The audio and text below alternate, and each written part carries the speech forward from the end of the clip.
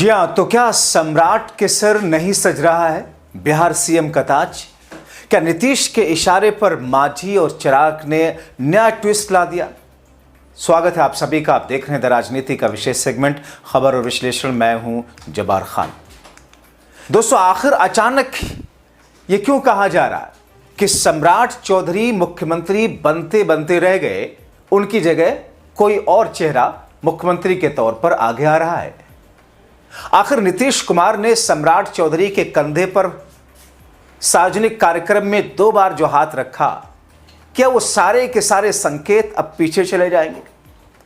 क्या अमित शाह का कई बार कई मौकों पर यह कहना कि आप इन्हें जिताइए, हम इन्हें बड़ा आदमी बना देंगे, क्या वो भी दरअसल एक अलग तरह की पहेली थी? आखिर जीतन राम मांझी और चिराग पासवान ने क्या किया जिसकी वजह से एक नया ट्विस्ट आया? दोस्तों, सबसे पहले आपको एक बयान दिखाते हैं, और वो बयान है बिहार के पूर्व मुख्यमंत्री और मौजूदा वक्त केंद्र के नेता जीतन राम मांझी।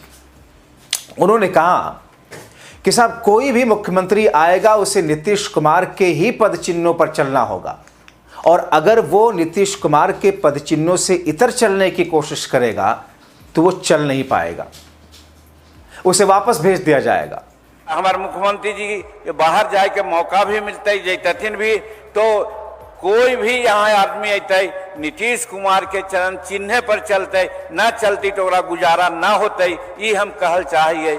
ये वजह से नीतीश कुमार जी समृद्ध यात्रा करके बड़ा काम करे थे।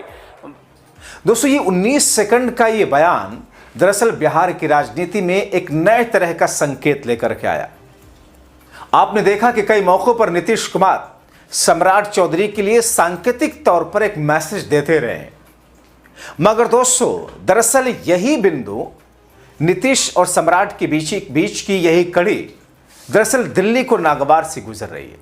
कहा यह जा रहा है कि भारतीय जनता पार्टी एक ऐसे शख्स को मुख्यमंत्री की गद्दी पर बिठाना चाहती है जो सीधे सीधे दिल्ली से कंट्रोल हो, और दिल्ली से कंट्रोल का मतलब मोदी शाह, क्योंकि अब दिल्ली में नीतीश कुमार भी आ रहे हैं। तो ऐसे में, और जिसका बहुत ज्यादा कनेक्शन नीतीश कुमार से ना हो, कनेक्शन हो भी तो लेकिन नीतीश कुमार के अकॉर्डिंग नीतीश कुमार का यस मैन ना हो, ऐसा शख्स बिहार का मुख्यमंत्री बनने जा रहा है। अब इस बीच में दोस्तों, जीतन राम मांझी का एक सांकेतिक मैसेज, यह सिर्फ मैसेज भर नहीं बल्कि एक तरीके से बीजेपी के लिए एक चेतावनी भी है कि दोस्तों, जिस किसी को भी लेकर के आए, अगर बीजेपी ऐसा सोच रही है कि सम्राट को नहीं भी लाना है, तो जिस किसी को भी लेकर के आए बीजेपी, वो बीजेपी अपने उत्तर प्रदेश या दूसरे राज्यों वाले स्टाइल में अपने मुख्यमंत्री के जरिए वैसे स्टाइल ना चलवाए, बल्कि नीतीश कुमार जिस तरीके से आपसी सौहार्द को लेकर के बिहार को अभी तक चलाते हुए आ रहे थे, वैसा उसे चलना होगा। तो जीतन राम मांझी और उनके सुर में सुर चिराग में मिलाते हुए देखे कि एक तरीके से बीजेपी के लिए एक चेतावनी है, एक संदेश है बिहार में, जिसे भी सीएम की कुर्सी पर बिठाइए, उसे नीतीश के पद चिन्हों पर चलने का संदेश दीजिए, वरना बिहार में चल नहीं पाएगा। अब दोस्तों, जीतन राम मांझी के इस बयान के आने के बाद से राजनीतिक जानकार अपनी अपनी थ्योरी और अपने अपने मायने निकालने लगे। कई जानकार ये कह रहे हैं कि अभी से जीतन राम मांझी एक तरीके से प्रेशर बनाने की कोशिश कर रहे हैं। मांझी ने एक तरफ नीतीश के बाद कौन के सवाल पर सम्राट जैसे कुछ नामों पर एक प्रेशर क्रिएट किया, तो साथ ही साथ नीतीश की तारीफों के पुल भी बांध दी।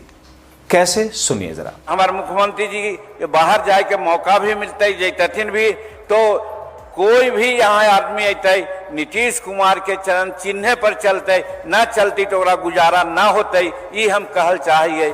ये वजह से नीतीश कुमार जी समृद्ध यात्रा करके बड़ा काम करे थे। माननीय मुख्यमंत्री जी बहुत कुछ ना कहबै, लेकिन हमारे क्षेत्र है, क्षेत्र के नाते हमारे साथी लोग कुछ जरूर कहो तथिन कि जीतन मांझी कुछ क्षेत्र के बात करते थिन।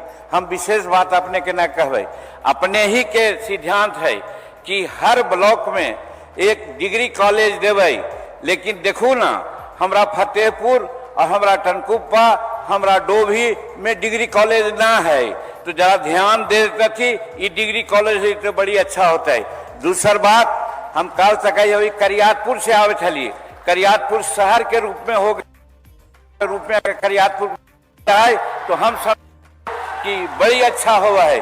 तो ये सब मांग यहाँ के लोग है। और एक बात हम अपने से हाथ जोड़ के प्रार्थना करवे, अपने बड़ी अच्छा करती है, बड़ी नीमन काम कर, गंगा से पानी ला करके गया फल्गु नदी में निरंजना में डाल देती है। आज 1000 लोग तर्पण कराती नहा थी।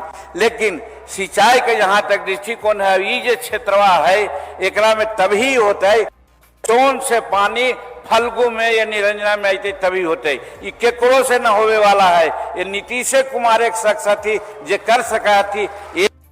यो अगर ये कर देबू तो ये जे मायापुर जंगल है, जंगल के आज स्वर्ग बना दिलू। यहाँ के कलेक्टर के हम बहुत आशीर्वाद दे, धन्यवाद दे कि इतना निमन काम करके आज दिखा दिलथिन कि जहाँ प्रांस रहल है, यहाँ पर डकैत लोग रहल थी। हम 80 में आवाली तो डर से ना आवाली, बगले बगले चल जाली, जगन्नाथपुर दिया, दरियाौरा दिया और वहाँ करियातपुर।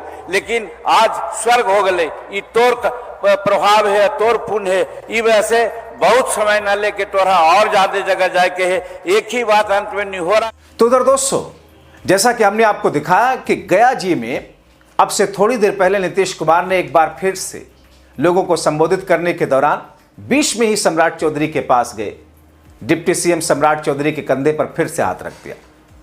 यह अब से थोड़ी देर पहले की बात है, इससे पहले भी ऐसा वो कर चुके। मौजूद लोगों से वहां हाथ उठाने को कहा।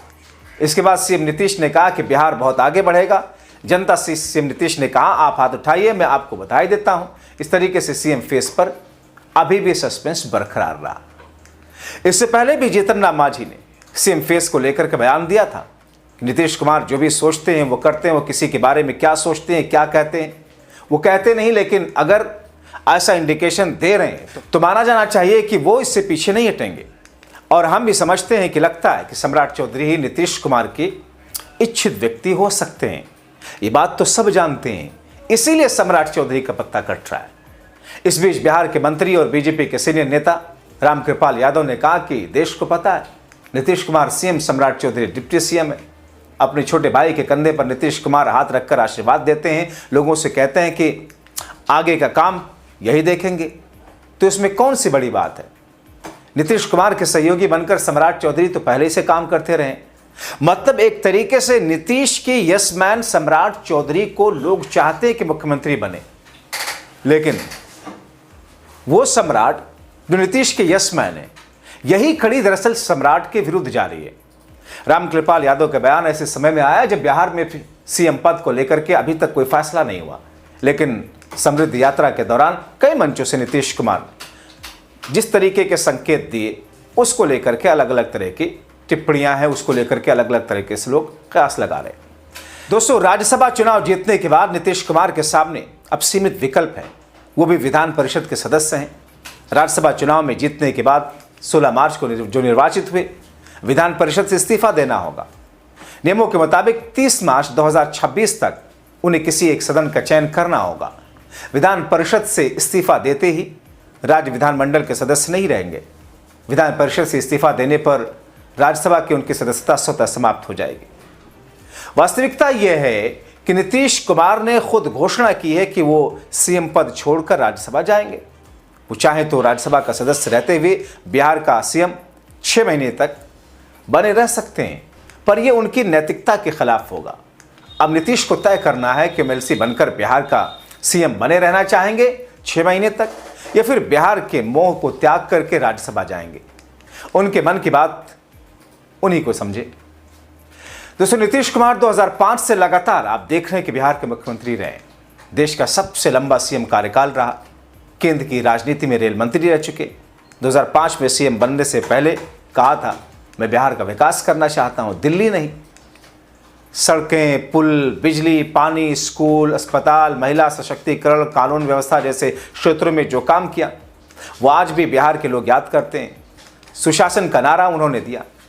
20 साल में बिहार की सड़कें कच्ची से पक्की हुई, बिजली की उपलब्धि बढ़ी, अपराध दर घटा, लेकिन सबसे बड़ी बात रही कि बिहार के प्रति उनका मोह। उन्होंने कई बार कहा मेरा शरीर दिल्ली में हो सकता है लेकिन दिल हमेशा बिहार में रहता है।